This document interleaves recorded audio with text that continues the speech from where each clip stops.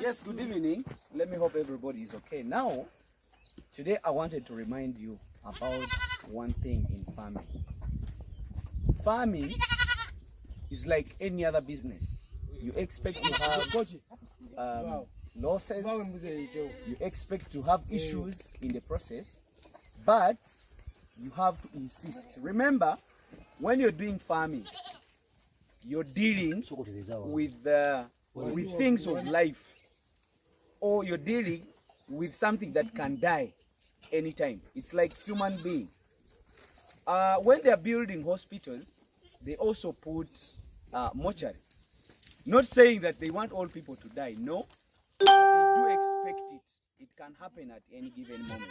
So this farmer here, you see, when I came here, he was losing goats at least every week, like 4, 5 or 7, 10. The goats were looking so pathetic all the time. Not because he wanted it that way. He invested his money and he really wanted performance and results. Actually, at the end of it all, he needed money. But after consulting a person who knew what to do, he reached at a certain point and the improvement was there. Right now, this is like a confession.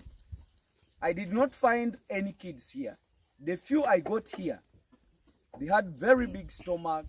They were really looking sickly anytime they were dying. So we improved, and this is what we have. Look at what this farm is having now. If you people, you can remember, I remember I posted the video of the house and everybody was asking what is happening. Look at what he has. This kid has not even made a month. It is still young, like in weeks. But look at how it looks. And look at what he has now. Because he was telling me that his goats, they don't look good. Manya what? Some people told him, you're being bewitched. So leave the project and do some other things. He insisted, and this is what he's doing. So farmers, if we decide to insist on a project, you get the experience, but finally you get what you want. So my view for today, farmers, let's be focused and let's mean what we want. Finally, we shall reach the destination.